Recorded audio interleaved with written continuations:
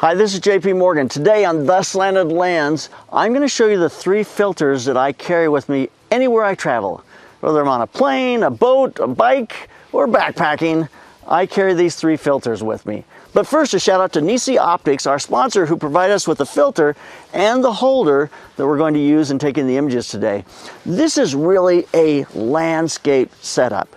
Landscape or any kind of outside architecture, there's a lot of different applications for this. But the first filter that I carry with me all of the time is a polarizer. Most of you are used to a circular polarizer you put on your camera. Those are great. It allows you to polarize the light. It gets rid of all unwanted reflections. It gives you a really saturated color. I mean, using a polarizer is beautiful. Not always. You have to be careful of polarizers. Here's an example on the peak behind me. There's the full polarizer. It just blackens the sky almost. And there's without the polarizer. It lightens it a lot. So you have to be aware of where you're looking with your polarizer. But more importantly, when you're shooting landscape photography, doing a sunrise in the morning, that open kind of time when the light is just starting to come up, get this kind of glow, that polarizer helps you to clean up all of the highlights, clean up the color, and just make it look beautiful and open. So the polarizer is the #1 filter. What I love about the Nissi setup here is that polarizer is twisted onto my lens, and I've got a little wheel on the side that I can roll the polarizer around, and it allows me to polarize it or to take some of the polarization away if I choose to, but it doesn't rotate my filter holder on the front, and that's really what I need. The V7 is the latest in a line of 100mm filter holders used by a lot of the top landscape photographers worldwide. Using 100mm square filters like this standardizes the filters you have to carry with you, and you have a lot of different options. It goes from 49mm to 95mm, so it really adapts to any kind of lens you want to. A couple of features I just love about this filter box. One is with a single turn, this one mechanism here does 2 things. Single turn, I can adjust this, lock it, and now it's not going to go anywhere. 2, if I want to really turn this and pull the pin, I can take the filter box off, put it right back on, no problem.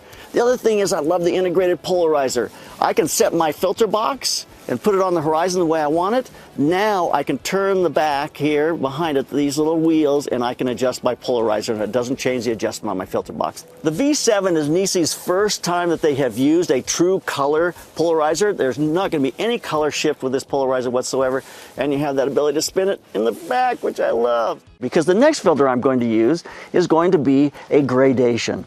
I carry 2 different kinds of gradations. I use a 3-stop gradation.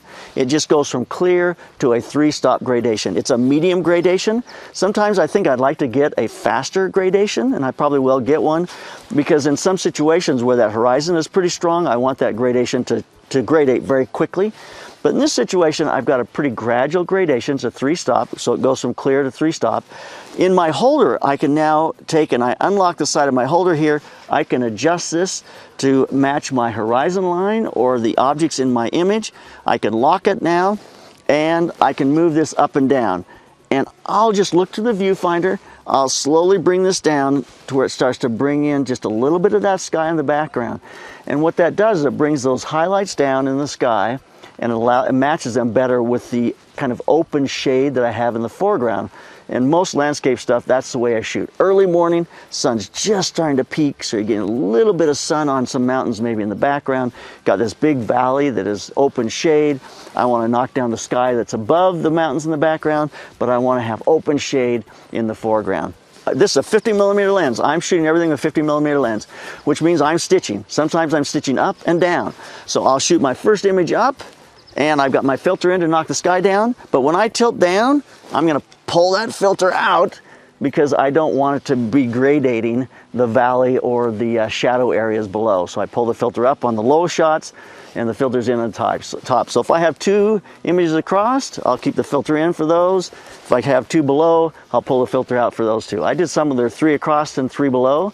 So I do click, click, click, pull the filter out, click, click, click, and do the ones below. So the third filter I carry with me all the time is a reverse gradation. You might say to yourself, well, what's a reverse gradation? This is a reverse gradation.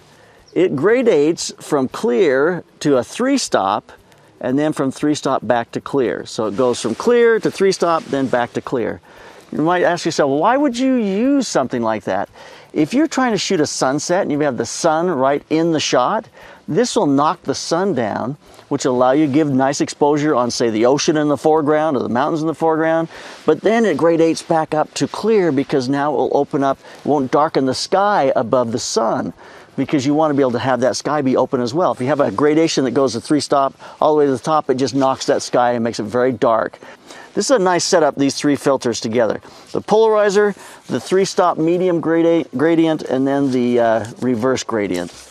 So those are the three filters I carry with me everywhere I go.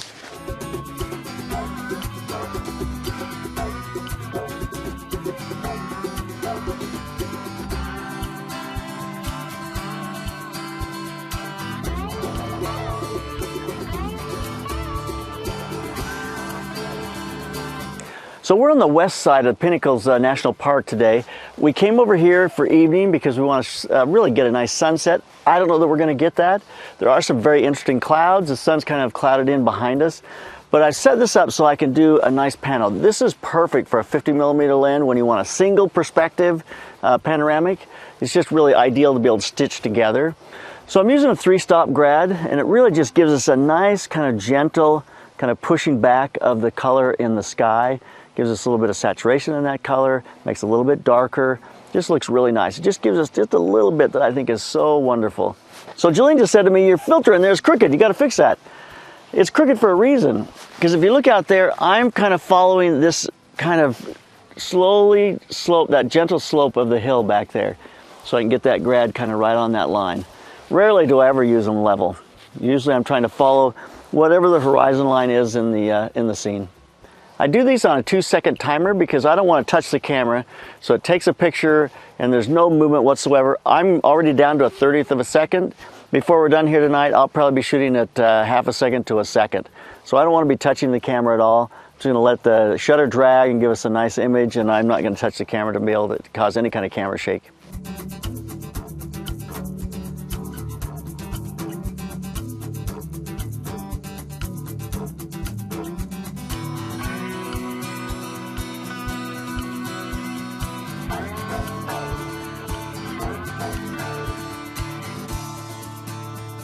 The reason I love the Nissi filters is because they really are high-end filters.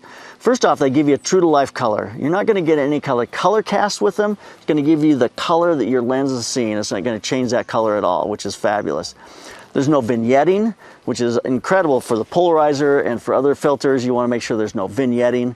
Also, you don't want reflections. These filters are hanging out in front, and these have got coatings on them so that they don't pick up reflections, so they really reduce the amount of reflections they get reflecting the scene around you, which is super important because you don't want to get a secondary reflection off your filter that's now becomes part of your image.